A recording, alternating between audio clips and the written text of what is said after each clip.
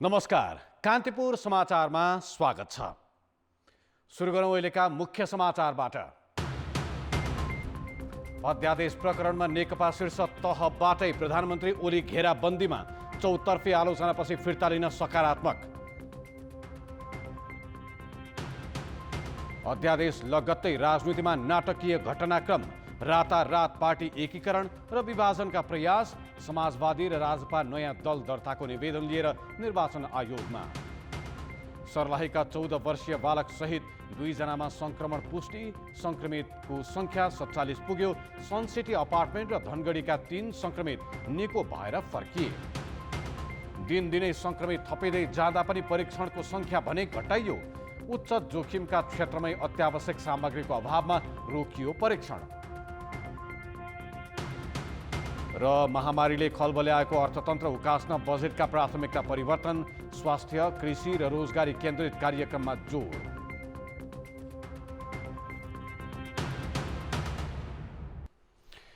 यसैबीच रातारात काठमाडौँ ल्याइएका वा आएका भनिएका समाजवादी पार्टीका सांसद सुरेन्द्र यादव यति बेला हाम्रो प्रत्यक्ष सम्पर्कमा हुनुहुन्छ।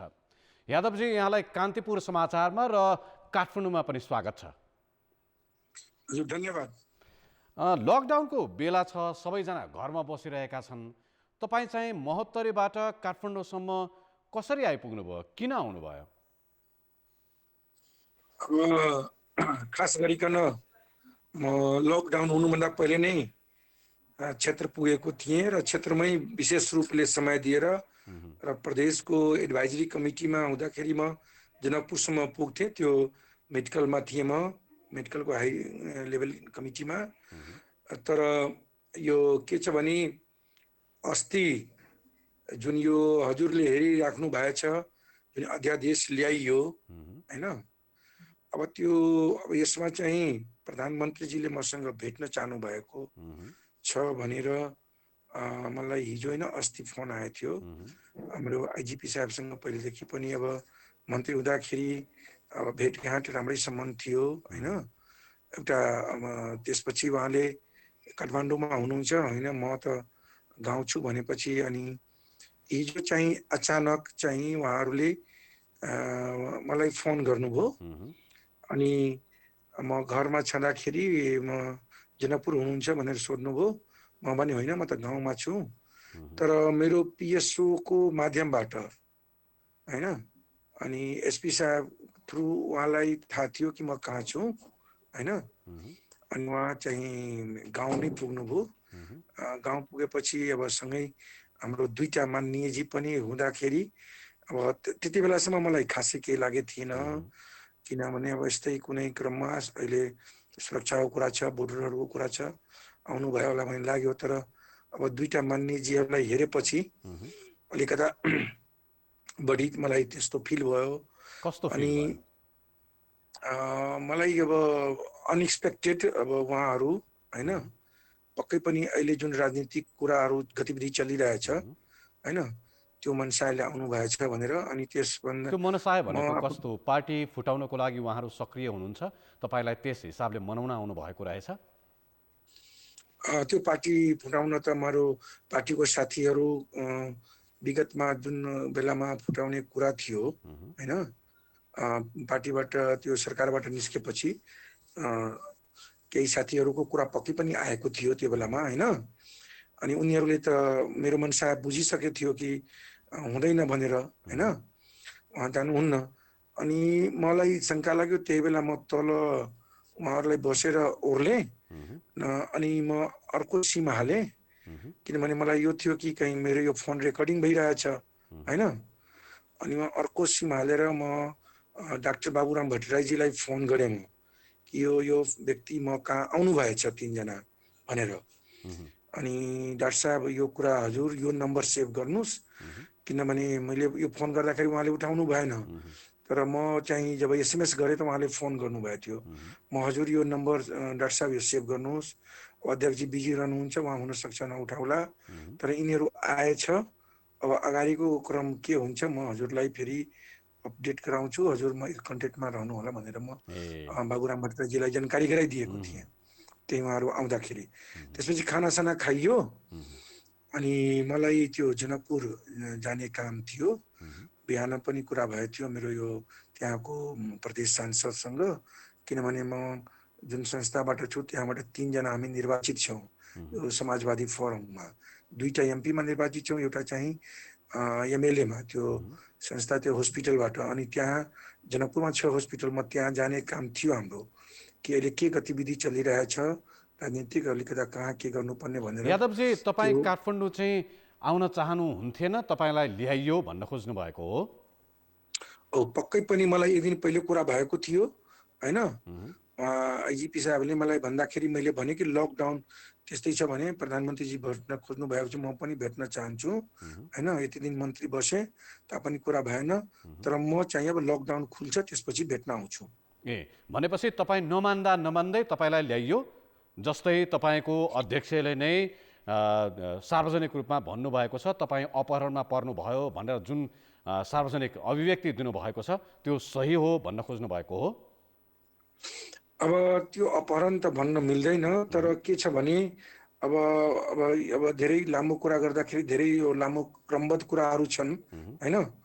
तर उहाँहरू मलाई नछोड्ने, अब जहिले पनि उहाँहरू मसँगै जुन गाडीमा बस्ने त्यही गाडीमा बस्ने जनकपुर आउँदासम्म होइन। म अब बर्दिवासबाट उहाँहरूलाई त्यो जाने कुरा थियो बारा रामबाबु मान्यजी कहाँ होइन। अनि पछि जुन सबभन्दा लास्टमा जुन मैले बुझेँ होइन, उहाँहरूको के थियो भने कि अब भट्टराईजी यो हाम्रो सम्माननीय प्रधानमन्त्रीज्यूले जुन यो ल्याउनु भएछ होइन, अनि यो यसमा चाहिँ गोकुल बास्कोटाजीको चाहिँ नेतृत्वमा चाहिँ यो समाजवादी पार्टीसँग कुरा गर्ने उहाँको जिम्मा दिएको थियो होइन। तर उहाँ ल्याउँदाखेरि कुनै तयारी नहुँदाखेरि अलिकता मान्छे नपुगेको भनेर अनि सुरेन्द्र डाट साहब कहाँ त्यो अर्को जुन माननीय उहाँहरू सूर्यनारायण भनेको डाक्टर को सूर्यनारायण यादव, हुनुहुन्थ्यो? नामसहित खुलाउन सक्नुहुन्छ? यसमा चाहिँ हाम्रो माननीयजी तनुबाट हुनुहुन्थ्यो किशन श्रेष्ठ? अनि किशन श्रेष्ठ हुनुहुन्थ्यो र अर्को चाहिँ महेश बस्नेतजी हुनुहुन्थ्यो। अनि गोकुल बास्कोटाले नगर्दाखेरि उहाँहरूलाई जिम्मा दियो। अनि उहाँहरूलाई यो चिनाजानी त मान्य भएपछि त किन नहुनु होइन। अब मलाई त अब बलजफ्ती होचारेर ल्याएको, गाली गरेको, बलजफ्ती गरेको त्यस्तो पनि होइन। तर के छ भने तपाईँलाई यस्तो फकाइ थियो कि फकाइ ल्याइयो काठमाडौँ, होइन त? थकाइ थकाइ पनि ल्याएको होइन होइन। किनभने मलाई थाहा छ कि म कुन मनस्थितिमा आएँ, म एउटा जिन्दगीमा कस्तो नराम्रो फिल गरेँ होइन।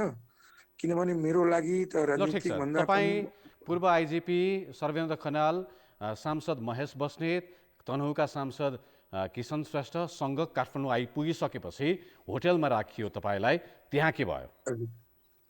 होइन, मलाई त के भयो बिच बाटोमा मेरो मोबाइल अर्को गाडीमा थियो अनि डिस्चार्ज थियो। त्यो बेलामा त्यो पक्कै पनि हल्ला भयो होइन। यो कुराहरू अपहरण भयो त्यो कुराहरू आयो अनि त्यो म सुनेँ होइन। अनि मेरो गाडी पछाडि थियो, त्यो गाडी आएपछि तुरन्तै म फेरि उपेन्द्र यादवजीलाई फोन गरेँ, म आफ्नो अध्यक्षजीलाई, म यसरी आउँदैछु काठमाडौँ भनेर। अनि म त्यहाँ आइपुगेपछि म कहाँ आउँ भने म हजुर कहाँ आउँ कि कहाँ आउँ भनेर म उहाँले भनेको थिएँ होइन। अनि अनि मलाई मेरो त गेटमा छिर्न दिँदैन, गेटमा आएर फोन गर्नु भने भन्नुभयो होइन।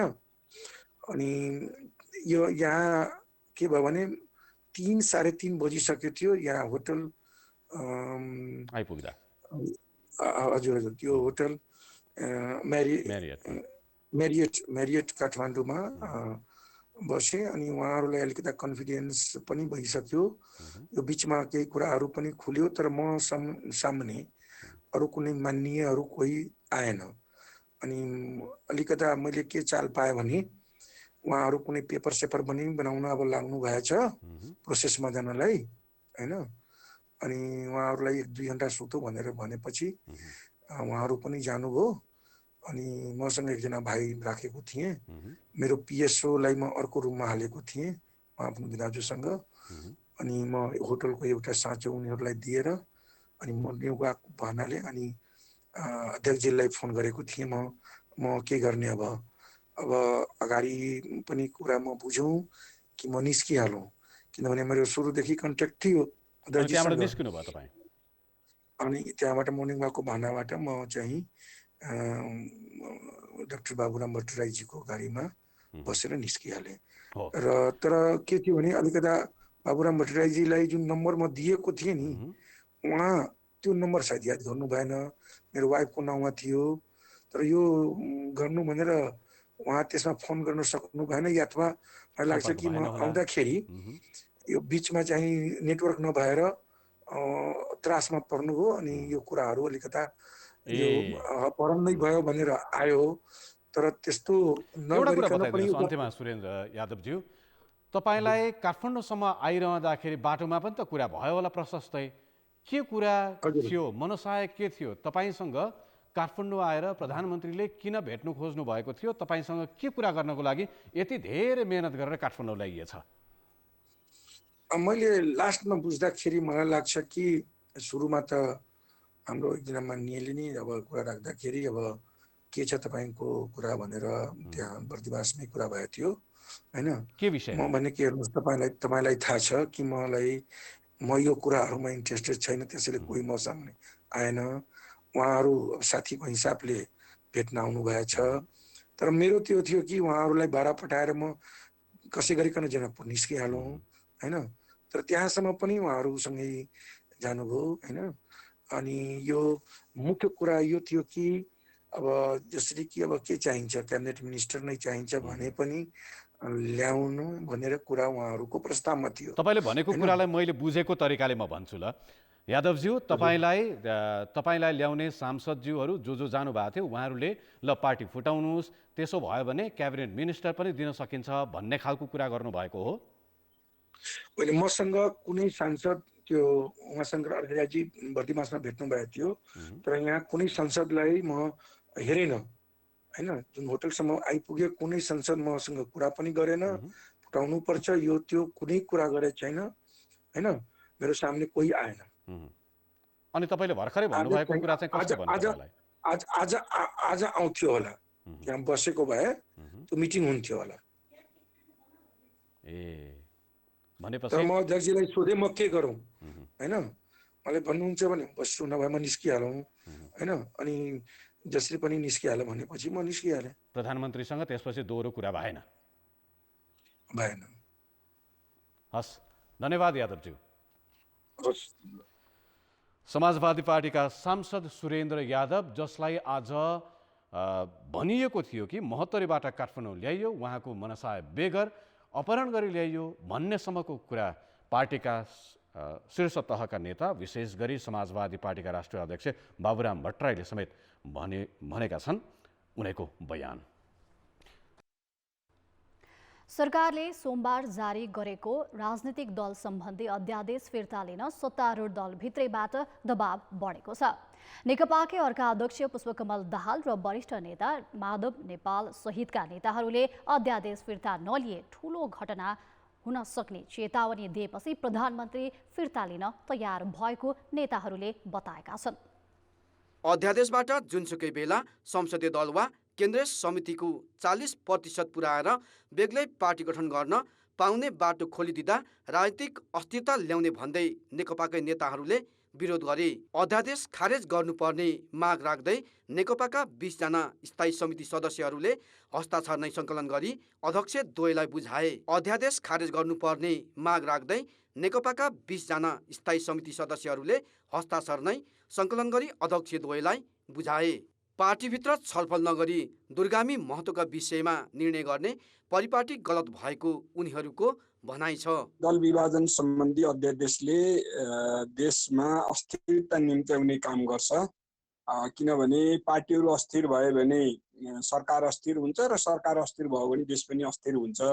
त्यसले गर्दाखेरि यो अध्यादेश मार्फत दल विभाजन सम्बन्धी कानुनी व्यवस्था जो चाहिँ हामीले पहिले निकै राम्ररी छलफल गरेर धेरै गम्भीरतापूर्वक छलफल गरेर नै त्यो व्यवस्था राखेका थियौँ, त्यसलाई अहिले हटाउने गरी जुन दस्तावेज लाग्यो त्यो चाहिँ उपयुक्त छैन भन्ने लागेर नै हामीले यसलाई छलफल गरौँ र यसलाई चाहिँ नि अगाडि बढाउनु उचित छैन भन्ने ढङ्गले कुराहरू अगाडि बढाएका हौँ। समाजवादी र राजपाले समेत आफ्नो पार्टी फुटाउनकै लागि अध्यादेश ल्याएको ठहर गर्दै बुधबार राति नै एकीकरणको सहमति गरेका छन् र यसले विपक्षी मोर्चा कमजोर बनाएर आफू बलियो बन्ने ओली आकांक्षामा पनि धक्का लागेको छ। यस्तै दाहाल र माधव कुमार नेपाल पक्ष एकै ठाउँमा उभिएपछि आफ्नै पार्टीभित्रको विरोधी खेमामा विभाजन ल्याउने प्रयास पनि तत्कालका लागि निष्फल भएको छ।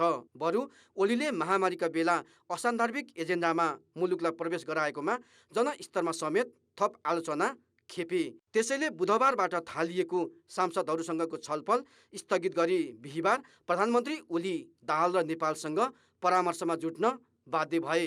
दुवै नेताले ओलीलाई पार्टीभित्र हुन सक्ने दुर्घटना टार्ने हो भने तत्काल अध्यादेश फिर्ता लिन सुझाव दिएका थिए। पार्टीभित्र र बाहिरको दबाव ठेक्न नसकेपछि ओलीले अध्यादेश फिर्ता लिए पनि उनीमाथि सधैँभर नैतिक र राजनीतिक प्रश्न उठिरहनेछ। कान्तिपुर समाचारका लागि दशरथ राई, काठमाडौँ। सरकारले जारी गरेको अध्यादेशमा पार्टीभित्रै असन्तुष्टि बढेपछि आज दिनभर नेकपाका शीर्ष नेताहरूको परामर्श चल्यो। प्रधानमन्त्री केपी शर्मा ओलीले अर्का अध्यक्ष पुष्पकमल दाहाल सहित नेकपाका शीर्ष तहका नेताहरू माधव कुमार नेपाल लगायतसँग दिनभरि परामर्श गरेको खबर छ। यी परामर्शहरूको निचोड के रह्यो भन्ने बारेमा जानकारी दिनका लागि हाम्रा संवाददाता दशरथ राई सम्पर्कमा हुनुहुन्छ। दशरथजी, आज दिनभरि परामर्शहरू चल्यो, साँझसम्म पनि विभिन्न पक्षमा एक्लै परामर्श चल्यो, दुई जना, तीन जना समूहमा पनि छलफल भयो। के भयो? साँझसम्मको डेभलपमेन्ट, विकास के भयो? रुपेशजी, यहाँले भनेअनुसार नै प्रधानमन्त्री केपी शर्मा ओलीले सोमबार जारी गरेको दल विभाजन सम्बन्धी अध्यादेशलाई लिएर पार्टीभित्र र बाहिर व्यापक रूपमा जनदबाव र विरोध भएपछि प्रधानमन्त्री केपी शर्मा ओलीले आज दिनभरि नै यो विषयमा, अध्यादेशको विषयमा लिएर चाहिँ परामर्श जारी राख्नु भएको जानकारी प्राप्त भएको छ। मलाई रुपेशजी, मैले जानकारी पाएअनुसार चाहिँ प्रधानमन्त्री केपी शर्मा ओलीले आज बिहानै माधव कुमार नेपाल, त्यसपछि अर्का अध्यक्ष पुष्पकमल दाहालसँग चाहिँ यो अध्यादेशको विषयलाई चाहिँ अब कसरी अगाडि बढ्ने भन्ने विषयमा चाहिँ छलफल गरेको, परामर्श गरेको। तर दुई नेताले चाहिँ यो अध्यादेशलाई चाहिँ फिर्ता गरेर नै अगाडि बढ्नु चाहिँ उपयुक्त हुन्छ भन्ने सुझाव दिएको र त्यस लगतै प्रधानमन्त्री केपी शर्मा ओली चाहिँ राष्ट्रपति कहाँ, शीतल निवास राष्ट्रपति कहाँ चाहिँ राष्ट्रपति विद्यादेवी भण्डारीलाई चाहिँ यो अध्यादेशको विषयमा र समसामयिक विषयमा र मैले भर्खरै कुरा गरेको थिएँ राष्ट्रपतिका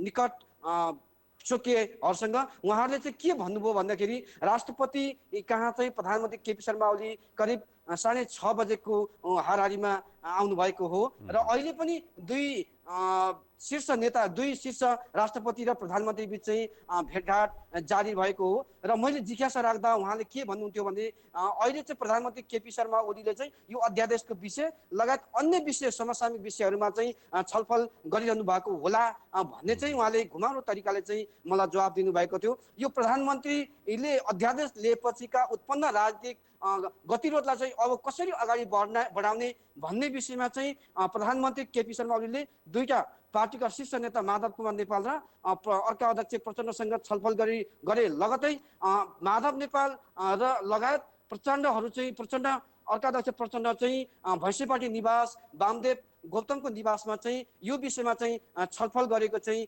बुझिएको छ। यद्यपि त्यो छलफलमा यो अध्यादेशको विषयमा चाहिँ समान धारणा बनाएर अघि बढ्ने र पार्टीबाट एउटा समान धारणा बनाएर चाहिँ फिर्ता लिने परिस्थितिमा चाहिँ पुर्याउने भन्ने विषयमा चाहिँ कुराकानी भएको। यद्यपि यो निचोड चाहिँ बाहिर आइसकेको छैन। रुपेशजी, धन्यवाद दशरथजी। कान्तिपुर संवाददाता दशरथ राई। सरकारले ल्याएको राजनैतिक दल विभाजन सम्बन्धी अध्यादेशको पहिलो प्रभाव मधेस केन्द्रित दुई ठूला दलमा देखियो। आफ्ना पार्टी विभाजनका लागि यो कसरत भएको बुझेका राष्ट्रिय जनता पार्टी र समाजवादी पार्टीले अनपेक्षित रूपमा आफूहरूलाई एकतामा अघि बढाए। पार्टी फुटको चौतर्फी चर्चा रोकिएको छ भने दुई दलको निर्वाचन आयोगमा दल दर्ताको प्रक्रिया समेत अघि बढेको छ।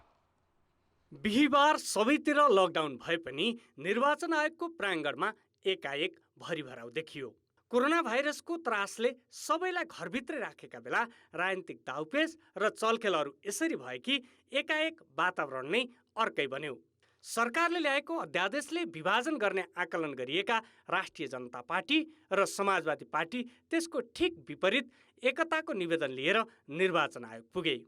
समाजवादी पार्टीका 17 मध्ये 7 सांसदले पार्टी फुटाउने योजना बनाएको चर्चाकै बीच बुधबार मध्यराती ती दुई दलले एकीकरणको सहमति गरेका थिए। सङ्घीय लोकतान्त्रिक गणतन्त्रलाई रक्षा गर्न, लोकतन्त्रलाई रक्षा गर्नका लागि दुई पार्टीहरू समाजवादी पार्टी र राष्ट्रिय जनता पार्टी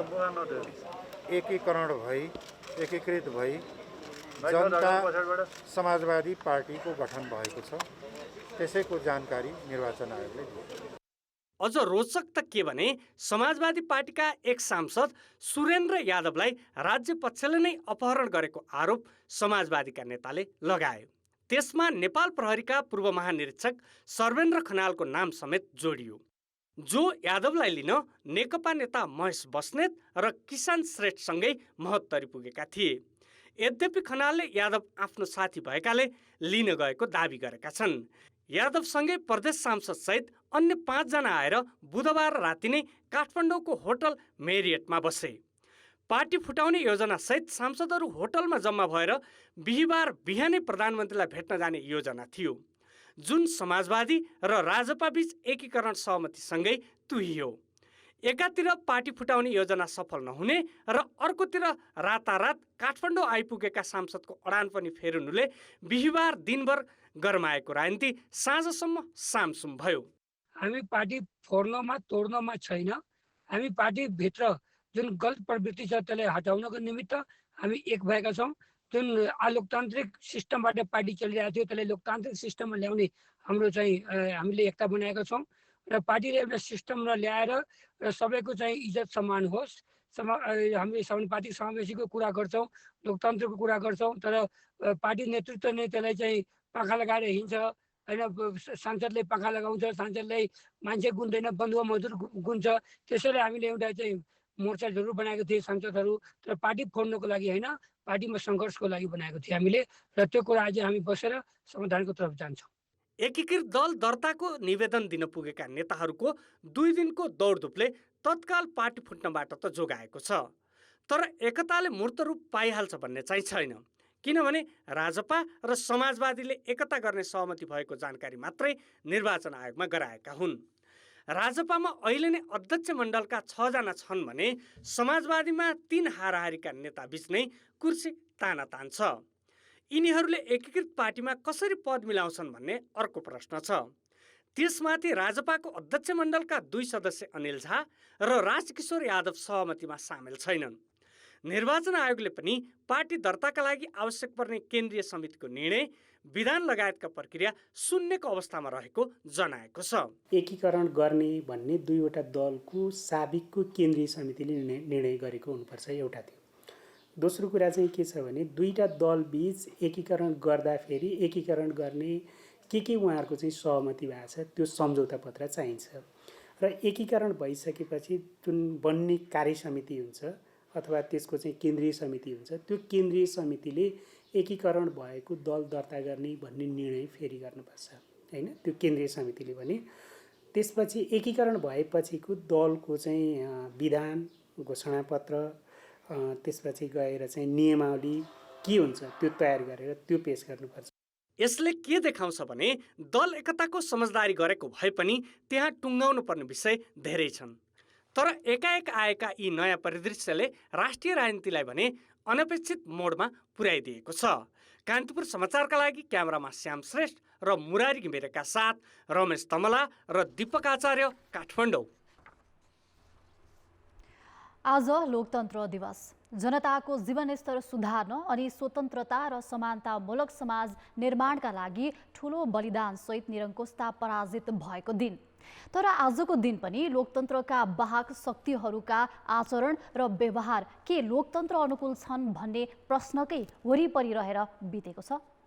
हुन त राजनीतिक शुद्धिकरण, आर्थिक विकास र समावेशी प्रणाली निर्माणका लागि कुनै पनि व्यवस्था आफैमा समाधान होइन, केवल साधन मात्र हो। तर 15औं लोकतन्त्र दिवस मनाइरहँदा जस्ता दृश्यहरू देखिएका छन् त्यसले भने व्यवस्थालाई नै व्यङ्ग्य गरिरहेको छ। रोग र भोकका कारण जनता नाङ्गै खुट्टामा मध्य वैशाखको पिचमा हप्तौँ हिँडेर थातथलो खोजिरहेका छन् भने राजनीतिक तहमा शासन सत्तामा टिक्न र पुग्न रातारात अस्वाभाविक घटना श्रृङ्खला चलिरहेका छन्, जुन जनताले चाहेको व्यवस्थालाई सुदृढ बनाउने कामभित्र पर्दैन। यो लोकतन्त्र तपाईँको चाहिँ सामान्य मान्छेको पक्षमा, सामान्य जनताको पक्षमा हुन्छ भन्ने कल्पना गरिएको थियो। खास गरेर सबै केटाकेटीहरूले, सबै छोराछोरीहरूले, नेपालका सबै छोराछोरीहरू जो उमेर बिस्तारै बिस्तारै बढ्दैछन् तिनीहरूले पढ्ने, शिक्षा हासिल गर्न सक्ने समान अवसर पाउनेछन् भन्ने लागेको थियो। खास गरेर नेकपाको सरकार बनेपछि यसमा तपाईँको चाहिँ संरचनागत नै केही परिवर्तनहरू हुनेछन् र राम्रो कामको थाल्ने हुनेछ भन्ने कुरा जुन गरिएको थियो, उहाँहरूले पुरानै बाटो अपनाउनु भयो, पुरानै नीति अपनाउनु भयो, पुरानै हदखण्डाहरू पनि अपनाउनु भयो, पुरानै गुन्डागर्दी पनि तपाईँको सुरु गर्नुभएको छ। अनि यसले चाहिँ हामीलाई तपाईँको नेपाली आम नेपालीलाई लाजमर्दो नै बनायो। यसपटक लोकतन्त्र दिवसकै आसपासमा प्रधानमन्त्रीको सरकारी निवास बालुवाटारमा जे जस्ता गतिविधि भए त्यसले असल शासनका पक्षधर धेरैलाई झस्काइदिएको छ। अध्यादेश विवाद, पार्टी टुटफुट र सत्तारूढ दलभित्रैको किचलोले 2048 सालपछिका घटनाक्रमलाई नै सम्झाइरहेको छ। तर सङ्कटको बेलामा संसद कहाँ हरायो? त्यसले सारा संयन्त्रहरू त फ्रिज गरियो। लोकतन्त्र एउटा व्यक्तिमा केन्द्रित भयो र व्यक्तिको सनकको पछाडि नेपाल कम्युनिस्ट पार्टी सती गयो र नेपाल कम्युनिस्ट पार्टीका पछाडि उनीहरूका कार्यकर्ता सती गए। उनीहरूका कार्यकर्ताका पछाडि लोकतन्त्र नै समाप्त हुने खतरा देखा पर्यो। त्यसले लोकतन्त्र जोगाउन पनि यो सनकतन्त्रको, यो लुटतन्त्रको र यो चाहिँ मतलब भने मनपरी तन्त्रको विरुद्धमा अब नागरिकहरू आएनन् भने दुर्भाग्य हुन सक्छ। जनताले भोगेका समस्याबाट बेखबर हुने, जसरी पनि सत्ता र शक्तिमा मात्र ध्यान दिने पुरानै रोगको पुनरावृत्ति हुने हो भने जनतामा थप असन्तुष्टि र नैराश्य पैदा हुन सक्नेछ। यसले न लोकतन्त्र बलियो बन्नेछ न त यस व्यवस्थाका वाहकहरूप्रति विश्वास नै रहनेछ। कान्तिपुर समाचारका लागि क्यामेरामा विकास जोशीका साथ डिपी उपाध्याय, काठमाडौँ। ब्रेकपछि स्वागत छ। नेपालमा आज थप 3 जनामा कोरोना भाइरसको संक्रमण पुष्टि भएको छ। उदयपुरमा 55 वर्षीय महिला र सर्लाहीमा 14 वर्षीय बालकमा संक्रमण पुष्टि भएपछि संक्रमितको संख्या 47 पुगेको थियो। स्वास्थ्य मन्त्रालयले आज गरेको ब्रिफिङमा 2 जना थपमा संक्रमण देखिएको भने पनि साँझ थप अर्का 1 जनामा संक्रमण देखिएको पुष्टि भयो। हाम्रो राष्ट्रिय जनस्वास्थ्य प्रयोगशालामा उदयपुरबाट सङ्कलन गरिएको PCR विधिबाट गरिएको नमुना परीक्षणमा 1 जना 55 वर्षीय महिलामा पोजिटिभ देखिएको छ। त्यसै गरी जनकपुरका 14 वर्षीय पुरुषको पनि पोजिटिभ देखिएको छ। आज जम्मा कुल 2 जना थप संक्रमितको पहिचान भएको छ। यसरी कुल संक्रमितको संख्या 47 पुगेको छ।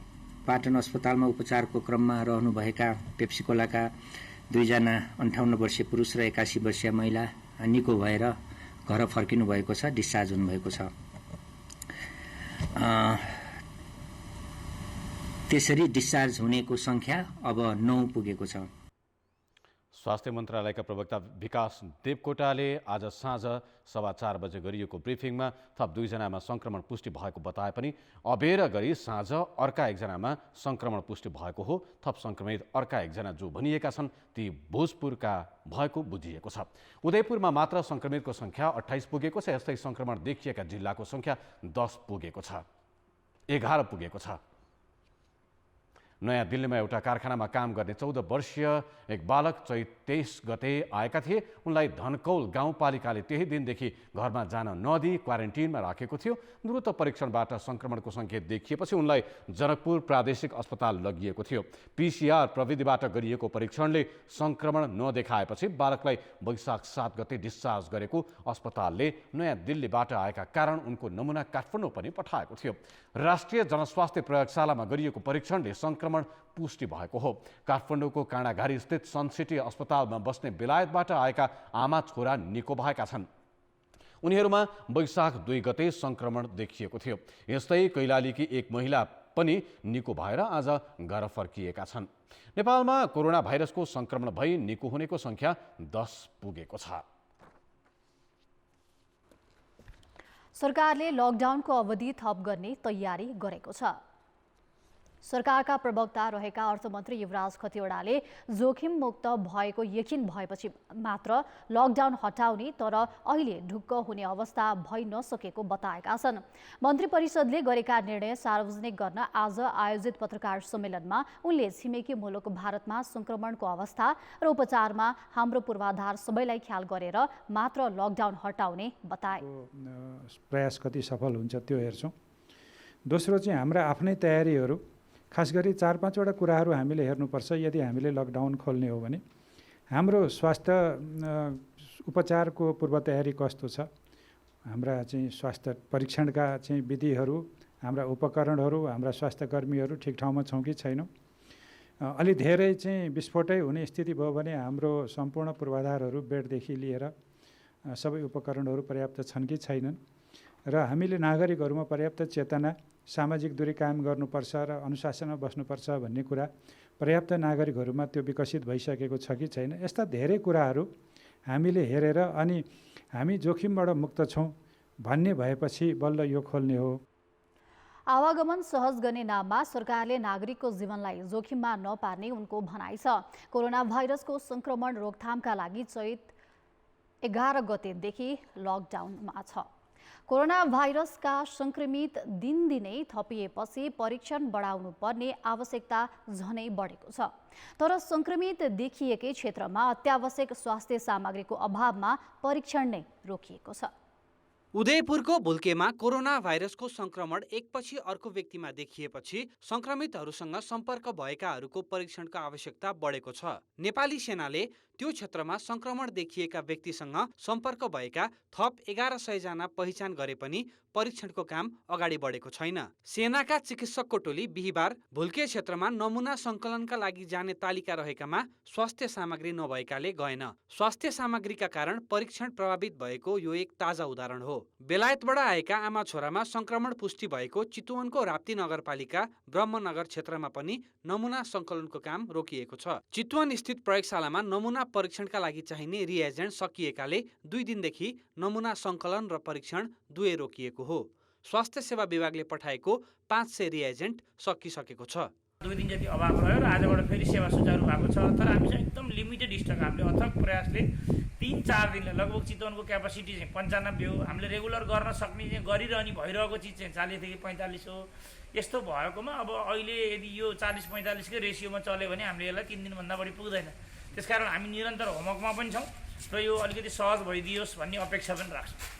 सुदूरपश्चिम प्रदेशमा पनि कोरोना भाइरसको संक्रमण परीक्षण प्रभावित भइरहेको छ। नमुना राख्न प्रयोग गरिने भाँडो भिटिएमको अभावमा केही दिन यता 2 मध्ये एउटा पिसिआर मेसिन सञ्चालनमा छैन। एउटा मात्र मेसिन सञ्चालन भएकाले त्यहाँ सङ्कलित सबै नमुना परीक्षण हुन सकेको छैन। कोरोना भाइरसको संक्रमण भए नभएको थाहा पाउने पिसिआर प्रविधिबाटै हो। बिहिबारसम्म यो प्रविधिबाट जम्मा 9179 नमुना परीक्षण गरिएको छ। तत्कालै नतिजा थाहा पाउने र्यापिड डायग्नोस्टिक किट पनि प्रयोग गरिन्छ। तर जिल्ला जिल्लामा त्यो किटको समेत अभाव देखिएको छ। किट अभाव भएकैले बर्दियामा विदेशबाट आएका करिब 7000 जनाको परीक्षण रोकिएको छ। सुदूरपश्चिम प्रदेशले 1 लाख किट मागेकोमा पाएको छैन। स्वास्थ्य मन्त्रालयले भने स्वास्थ्य सामग्री नभएकै कारण परीक्षण प्रभावित नभएको दावी गर्छ। पिसिआर प्रविधिबाट परीक्षणका लागि 10,000 रिएजेन्ट रहेकाले आत्तिनुपर्ने अवस्था नरहेको उसको भनाइ छ। जिटिजीबाट आउने एउटा लेभल छ, त्यो धेरै मात्रामै छ, 3 देखि 6 महिना पुग्ने हुन्छ। तर हामीलाई बिस्तारै अलिअलि गरेर आइरहेको छ सामानहरू। सामानमा हामी कम छैनौँ, अझै यो बजारमा होला मात्रै हो, अहिले पुग्ने नै छ। खालि टेस्टिङ चाहिँ ऱ्यापिड किटले टेस्ट गरेको हुनाले धेरै टेस्टको रिपोर्ट बढी आएको हो। पिसिआर चाहिँ कम देखिन गएको हो। तर अब हामीले क्वारेन्टाइन सबै सकिसकेका हुनाले ऱ्यापिडमा भन्दा अब हामी फेरि पिसिआरमै फोकस गर्छौँ। तिब्बत सरकारले बुधबार 20,000 रिएजेन्ट दिएको थियो, तर ती उसले दिएका बाहेकको पिसिआरमा प्रयोग गर्न मिल्दैन। नेपाली सेनाले सरकार विधिबाट करिब 2 अर्ब 25 करोड रुपियाँ बराबरका स्वास्थ्य सामग्री किन्न वैशाख 7 गते सम्झौता गरे पनि 2 साता अगाडि आउन सम्भव देखिँदैन। यसले कोरोना भाइरसको संक्रमण रोकथाममा सरकारले कतै लापरवाही गरिरहेको त होइन भन्ने प्रश्न खडा भएको छ। कान्तिपुर समाचारका लागि चितवनबाट राजु चौधरी र कृपाल गौतम, काठमाडौँ। उदयपुरको भुल्केमा कोरोना भाइरस संक्रमितको संख्या 28 पुगेको छ। संक्रमण भेटिएपछि 5 दिन यता भुल्के र सिबाई गाउँ सिल गरिएको छ। सुरक्षाकर्मीको निगरानीमा रहेको यस बस्तीमा स्थानीयको नमुना सङ्कलन गर्ने काम भइरहेको छ। सिल गरिएका बस्तीमा खाद्यान्न, औषधि लगायत अत्यावश्यक सामग्रीको अभाव देखिएको छ। सिल गरिएको भुल्के गाउँमा 5 गर्भवती र 13 जना सुत्केरी छन्। सामान्य औषधि, बालबालिकाका लागि लिटो र दुधको व्यवस्था नहुँदा समस्या भएको छ। बाहिर निस्कन नपाइने र मगाउँदा पैसा कसैले पनि छुन नमान्ने हुँदा असहज भएको स्थानीयले बताएका छन्। औषधि लगायत अत्यावश्यक सामान खरिद गर्न छुट्टै पसलको व्यवस्थाका लागि माग गरे पनि सुनवाई नभएको उनीहरूको भनाइ छ। यहाँ गर्भवती महिला 5 जना छन्, सुत्केरी 13 जना छन्। यहाँ गाउँको हाम्रो पैसा शुद्ध यहाँ चल्दैन। पसलमा यहाँ गएपछि पैसा लिएर गएपछि त्यो पैसा पनि लिँदैन, दिन्न तिमीहरूलाई सामान, त्यसो भन्छ। प्रशासनलाई पनि गुहार गरेको कि हामीलाई एउटा यहाँ हाम्रो पैसाबाट किन्ने कुनै दोकान यहाँ उपलब्ध गरिदिनुहोस्। औषधि पसल शुद्ध जान दिँदैन। हल्का टाउको दुखेको, पेट दुखेको, पखाला चलेको, सानै सुत्केरी नानीहरूको दुध खानसम्म यहाँ सर कसैले उपलब्ध गरिदिएको छैन। खाना बेगर मान्छे दुधी छाक यहाँ कसैको चुलो बलेको छैन, कसैको 3 छाक। साना साना केटाकेटी घरमा रुएर आवास भएको छ। सिल गरिएको क्षेत्रमा बसोबास गर्ने र यस बीचमा आएका मानिसको विषयमा सुरक्षाकर्मीले दिनहुँ सोधपुछ गर्न आउने बाहेक अरू समस्यामा कसैले चासो नदिएको स्थानीयको दुखेसो छ। भुल्के क्षेत्रमा कहिले र कोबाट सङ्क्रमण फैलेको भन्ने विषयमा अनुसन्धान भइरहेको छ। बिहिबार विराटनगरबाट आएको टोलीले सिवाईबाट थप 58 जनाको नमुना लिएको छ। ती व्यक्तिहरू जो आउनुभयो उहाँहरू इन्डियाबाट आउनुभयो, पहिला सिवाई जानुभयो, सिवाईबाट चाहिँ त्यहाँ 2-4 दिन बसेपछि यहाँ आउनुभयो। अब हामी उहाँहरूबाटै सरेको अथवा चाहिँ यहाँ पनि त्यसपछि दुबईबाट, इन्डियाबाट अरू यहाँको लोकल व्यक्तिहरू पनि आउनुभएको छ। त्यसैले उहाँहरूबाट आएको हो कि इन्डियाबाट आएको हो कि यो कुरालाई एनालाइसिस गर्नको लागि पनि हामी अहिले सिवाईलाई लिँदैछौँ। यसैबीच स्थलगत अवस्था बुझ्न बिहिबार भुल्के आइपुगेका प्रदेश 1 का सामाजिक विकास मन्त्री जीवन घिमिरेले सङ्क्रमणको स्रोत पत्ता लागिसकेकाले निदानको तहमा पुगेको दावी गरेका छन्। लगभग कोरोनाको स्रोत पत्ता लागिसकेका छौँ र अब हामी चाहिँ कोरोनाको निदान गर्ने तहमा पुगेका छौँ र मलाई विश्वास छ कि अब 1 नम्बर प्रदेशको यो उदयपुरबाट फेला परेको कोरोना यसलाई हामीले चाहिँ घेराबन्दी गरिरहेका छौँ। पहिले हामीले त्यो बस्तीभित्र घेराबन्दी गरौँ, त्यसपछि त्यो सोसाइटीभित्र गऱ्यौँ र त्यो लेयर चाहिँ बढाउँदै गइरहेका छौँ। सरकारले भुल्केमा कोरोनाको सङ्क्रमणको अवस्था र स्रोतको खोजी गर्ने कामलाई तीव्रता दिनेसँगै सिल गरिएको गाउँमा अत्यावश्यक सामग्री आपूर्तिमा ध्यान दिन आवश्यक छ। कान्तिपुर समाचारका लागि परशुराम थापा, गाईघाट, उदयपुर। कोरोना सङ्क्रमितको सङ्ख्या 3 बढेको भन्ने समाचारमा सनसिटी अपार्टमेन्ट भन्नुपर्नेमा अन्यथा भनेकोमा क्षमा चाहन्छु। उदयपुरको भुल्केमा सङ्क्रमित भएका 28 मध्ये 2 जना छिमेकी जिल्ला सप्तरीको सुरुङ्गा नगरपालिकाका बासिन्दा रहेको पुष्टि भएको छ। स्वास्थ्य कार्यालय र स्थानीय प्रशासनले दुवैजनाको पारिवारिक तथा गाउँ टोलको विवरण र दुवैजनाको यात्रा विवरणका आधारमा उनीहरू सप्तरीका भएको पत्ता लागेको छ।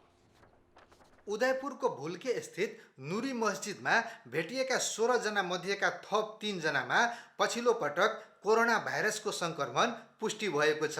तीमध्ये भुल्के मस्जिदमा बस्दै आएका सप्तरी सुरुङ्गा नगरपालिका 11 अराहा भजाकाका 33 वर्षीयमा वैशाख 10 गते र 18 वर्षीयमा वैशाख 9 गते PCR प्रविधिबाट कोरोना भाइरसको सङ्क्रमण पुष्टि भएको हो। 33 वर्षीय व्यक्ति वैशाख 4 गते सप्तरीबाट उदयपुर गएका थिए भने 18 वर्षीय गाईघाट आउजाउ गर्थे। 33 वर्षीयको परिवारमा 32 जना सदस्य छन् भने 18 वर्षीयको मामा घर उदयपुरको भुल्के हो। यो जानकारी पहिल्याउँदै यति बेला अराहा भजकाका केही व्यक्तिको PCR परीक्षणका लागि नमुना सङ्कलनको काम स्वास्थ्य कार्यालय सप्तरीले सुरु गरेको छ। पोजिटिभ भएको घर परिवारमा हामीले अबको अहिले नै आजै नै हामीले गएर RDT गर्दैछौँ र RDT गरिसकेपछि त्यसको नतिजा पनि हेर्छौँ र त्यो सँगसँगै हामीले कमसेकम 8-10 जनालाई त्यो परिवारका 8-10 जनालाई हामीले स्वाब लिन्छौँ र PCR को लागि त्यो जाँचमा पठाउने हाम्रो रणनीति रहेको छ। उदयपुरमा सङ्क्रमित देखिएकाको साइनो सप्तरीको बोधे वर्षनमा भएको इजितिमासँग देखिएको छ। सोही इजितिमामा सहभागी भएपछि यिनीहरू क्रमशः सप्तरी सुनसरी र पुनः सप्तरीको फतेपुर हुँदै उदयपुरको सिवाई र भुल्के पुगेको उनीहरूको यात्रा विवरण उल्लेख छ। अब लकडाउनले मात्रै भाइरसको सङ्क्रमण रोक्न नसक्ने अवस्था देखिएकाले छिटोभन्दा छिटो सप्तरीको बोधे बर्साइन, सप्तकोशी र सुरुङ्गा नगरपालिकामा PCR प्रविधिबाट नमुना परीक्षण गर्नुपर्ने आवश्यकता देखिएको छ। जो भित्र पसिसकेको छ त्यसलाई रोक्नको लागि अब टेस्टहरू बढाउनु पर्दछ। प्रत्येक जिल्लामा PCR टेस्टको सेन्टरहरू खोल्नु पर्दछ। अहिलेसम्मको अनुसन्धानले भुल्किएको मस्जिदमा बस्ने व्यक्ति र ती व्यक्तिसँगको सम्पर्कमा पुगेकाहरूमा नै बढी कोरोना भाइरसको सङ्क्रमण देखिएको छ।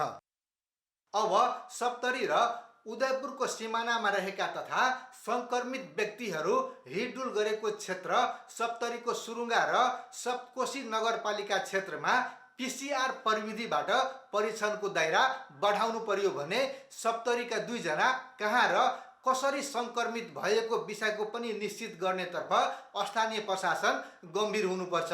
कान्तिपुर समाचारका लागि आर्यन विश्वास, राजविराज, सप्तरी। प्रदेश 1 में कोरोना भाइरस संक्रमितको संख्या 28 पुगेको छ।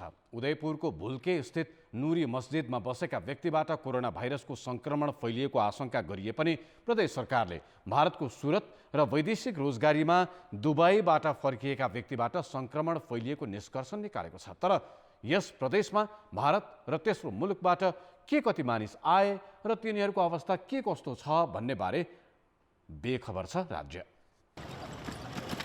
भारत लगायत तेस्रो मुलुकबाट कोरोना भाइरसको संक्रमण हुन नदिन सरकारले फागुन 25 गते सीमामा हेल्थ डेस्क स्थापना गरी नेपाल प्रवेश गर्नेको निगरानी गर्नुका साथै ज्वरो जाँच गर्ने गरेको थियो। भारतमा किनमेल गरी फर्किने स्थानीय र भारतका विभिन्न ठाउँबाट घर आएका समेत फागुन 25 गतेदेखि चैत 10 गतेसम्म 1 नम्बर प्रदेशको विभिन्न नाकाबाट 2,05,784 जना प्रवेश गरेका थिए। लकडाउन सुरु भएपछि चैत 11, 12 र 13 गते भारतबाट 785 जना नेपाल भित्रिएका थिए। सीमा नाकाबाट सामान्य काम विशेषले पनि नजिकको बजार भरेर आउने र नजिकको बजार जानेहरूको हकमा पनि सामान्य अभिलेख राख्ने र स्वास्थ्य चेक जाँच समेत गरिएको अवस्था थियो। भारत र तेस्रो मुलुकबाट 1 नम्बर प्रदेशमा कति मानिस आए भन्ने एकिन तथ्याङ्क राज्यसँग छैन।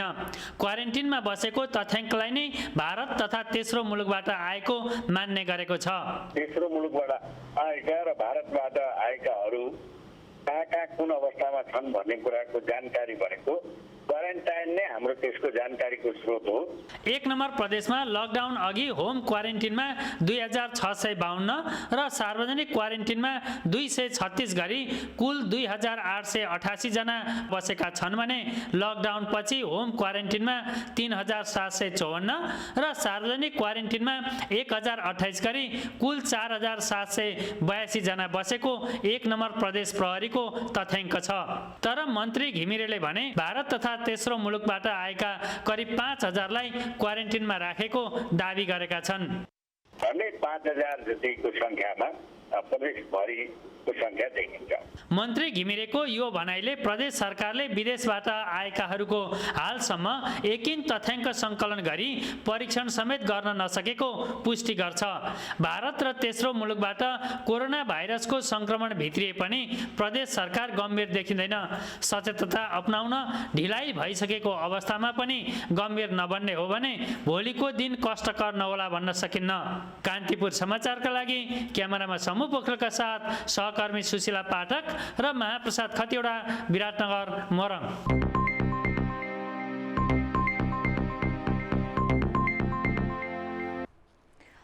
लकडाउनका कारण अधिकांश सरकारी कार्यालय सुनसान भए पनि यति बेला अर्थ मन्त्रालयलाई भने बजेट बनाउने चटारो छ। जेठ 15 मई बजेट ल्याउनुपर्ने संवैधानिक व्यवस्थाका कारण अर्थ मन्त्रालय आगामी आर्थिक वर्षको बजेट बनाउने काममा जुटेको हो। तर कोरोना भाइरसले निम्ताएको सङ्कट सम्बोधनका लागि राहत प्याकेज बजेटमा समावेश गर्ने नगर्ने विषयमा भने मन्त्रालय अलमलमा छ। लकडाउन सुरु नहुँदै अर्थ मन्त्रालयले आगामी आर्थिक वर्षको बजेटको मोटामोटी खाका बनाइसकेको थियो। राष्ट्रिय योजना आयोगले दिएको 17 खर्ब 59 अर्बको सिलिङ र 15औं योजनाले लिएका लक्ष्य र नेकपाको घोषणापत्रमा उल्लेख विषयअनुसार खाका बनाएको मन्त्रालयले अहिले त्यसलाई सच्याउनतिर लागेको छ। कोरोना भाइरसले निम्त्याएको सङ्कटले एकातिर बजेटका प्राथमिकता परिवर्तन हुने भएका छन् भने अर्कातिर आकार पनि घट्ने भएको छ। कोरोना भाइरसले बढी असर पुर्याएका क्षेत्रलाई बजेटमा प्राथमिकता दिइँदैछ। कृषि तथा ग्रामीण अर्थतन्त्रलाई उकास्ने, वैदेशिक रोजगारीबाट फर्किएका युवालाई उद्यममा लगाउने, साना तथा मझौला उद्योगलाई चलायमान बनाउने लगायतका विषय बजेटमा समावेश गर्ने तयारी छ। वैदेशिक रोजगारमा जाने मान्छेहरू जहाँ जुन देशमा जानुभएको छ त्यो देशमा पनि कोरोना सङ्क्रमण भएको छ। अब त्यो देशमा पनि त्यसको प्रभाव पर्ने हुनाले केही मान्छेहरू पक्कै फर्किन्छन्। त्यस कारणले हामीले बढीभन्दा बढी रोजगारी सिर्जनामा ध्यान पुर्याउनुपर्छ। पक्कै पनि त्यो कुरामा फोकस हुन्छ। हाम्रा पूर्वाधार निर्माणका कामहरू जुन अनगोइङ कामहरूलाई सुसञ्चालन गर्ने, अब भनौँ न प्रधानमन्त्री रोजगार कार्यक्रम, कृषि आधुनिकीकरण कार्यक्रम लगायत अन्य कार्यक्रमहरू पनि अब रोजगार मतलब रोजगारीसँग टाइअप गर्नुपर्छ भन्ने त अब अर्थ मन्त्रालय अथवा विषयगत मन्त्रालयहरूको पनि धारणा रहेको छ। त्यो हिसाबले नै हामी अगाडि बढ्ने हो। लक्ष्यभन्दा कम राजस्व उठेकाले सरकारलाई अहिले नै खर्च व्यवस्थापन गर्न कठिन भइसकेको छ। अहिलेको सङ्कटको असर केही महिनासम्म पर्ने भएकाले सरकार राजस्वको लक्ष्य बढाउन सक्ने अवस्थामा छैन। नेपाललाई सहयोग गर्दै आएका मुलुकमा पनि कोरोना भाइरसको असर पुगेकाले दात्री मुलुक र संस्थाबाट धेरै अपेक्षा गर्न नसकिने निष्कर्षमा सरकार पुगिसकेको छ। त्यही कारण मन्त्रालय महत्त्वकाङ्क्षी र लोकप्रियमुखी कार्यक्रम समावेश गर्नुको साटो आयोगले दिएको सीमाभन्दा तल रहेर बजेट ल्याउने तयारीमा छ। मन्त्रालय अहिले विश्व बैंक, एसियाली विकास बैंक जस्ता विकास साझेदार संस्थासँग उनीहरूले कति ऋण दिन सक्छन् भन्ने बारे छलफलमा छ। यो चाहिँ बहुपक्षीय दाताहरूबाट, खास गरी वर्ल्ड बैंक, यो IMF र एसियाली विकास बैंक जस्ता बहुपक्षीय दाताहरूबाट हामीले बढीभन्दा बढी होइन सफ्ट लोनमा हामी यो गृह कार्य गरिरहेका छौँ। यो सकारात्मक रूपमा अगाडि पनि बढेको छ। त्यति हो। अब अहिले हाम्रो भनेको अब यो स्रोत व्यवस्था गर्न निकै चुनौतीपूर्ण छ। कोरोना भाइरस रोकथामका लागि लगाइएको लकडाउनले असर नपारेका क्षेत्र छैनन्। ती क्षेत्रलाई उकास्न सरकारमाथि राहत प्याकेज ल्याउनु पर्ने दबाब छ। राहत प्याकेज बजेटमा समावेश गर्ने नगर्ने विषयमा सरकार निर्णयमा पुगिसकेको छैन। कान्तिपुर समाचारका लागि सुमन पन्थ, काठमाडौँ। अब जनमतको अन्तिम परिणाम। जनमतमा हिजो हाम्रो प्रश्न थियो, लकडाउनकै बीच मन्त्री र सांसदहरूले छानी छानी आफ्ना मान्छेलाई मात्र घर पठाउनुलाई के भन्नुहुन्छ? ए पक्षपातको नमुना, बी कानुन नमान्ने प्रवृत्ति र सी शक्तिको दुरुपयोग। जनमतको अन्तिम परिणाम यस्तो छ। ए पक्षपातको नमुनामा 22%, बी कानुन नमान्ने प्रवृत्तिमा 35% र सी शक्तिको दुरुपयोगमा 43%। अब जनमतमा आजको प्रश्न। जनमतमा आजको हाम्रो प्रश्न छ, महामारी नियन्त्रणका लागि अत्यावश्यक स्वास्थ्य सामग्रीकै अभाव किन भएको होला? ए व्यवस्थापकीय कमजोरी, बी गम्भीरताको अभाव र सी काबु बाहिरको परिस्थिति। जनमतको अन्तिम परिणाम आज। कान्तिपुर समाचार अहिलेलाई सकियो। यसपछि लगत्तै लकडाउन डायरीको क्रम रहनेछ। कान्तिपुर टेलिभिजन हेर्दै गर्नुहोला। नमस्ते।